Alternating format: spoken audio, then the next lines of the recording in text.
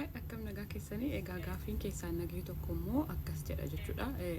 Hiriyaa koo irraa durbummaa ishii fudhadhee egaa marsaan laguu ishii egaa torban 3 irra darbee jedha. Egaa marsaan laguu sababoota adda addaa turuu danda'a. Garuu immoo qunnamtii saalaa raawwattanii sanas jechuun immoo utuu koondamiin fayyadamiin qunnamtii saalaa raawwattanii marsaan laguun keessanii yoo guyyaa isaarra darbe torban tokko ta'uu danda'a.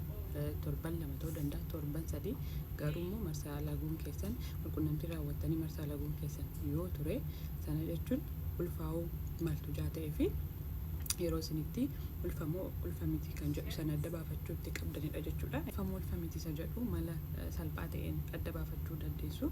Sanas jechuun mana yaalaa deemuu dhiisuu dandeessu. Akkanumaan faarmaasii deemtanii HCG kan jennu birrii xiqqishuudhaan kan gurguramtu ni jirti.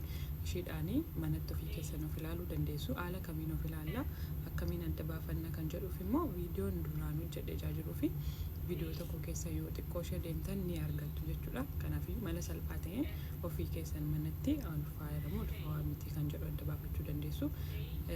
Kanadha jechuudha. Kanaaf iyyuu atis yerootti adda baafachuu qabdudha jechuudha. Fardettan namoota yaadaniif sheerii gochuu keessan dagatina. Koomentii jalatti gaaffii yaada qabdannuu qabu keessan dagatina. Akkuma beektan kun faarmaasii keessan Liban faarmaasiitii kan inni argamnu Boolee Bulbulaa Maariyaam Maazoraa Alaliseen jedhama faarmaasistiidha. Galatooma.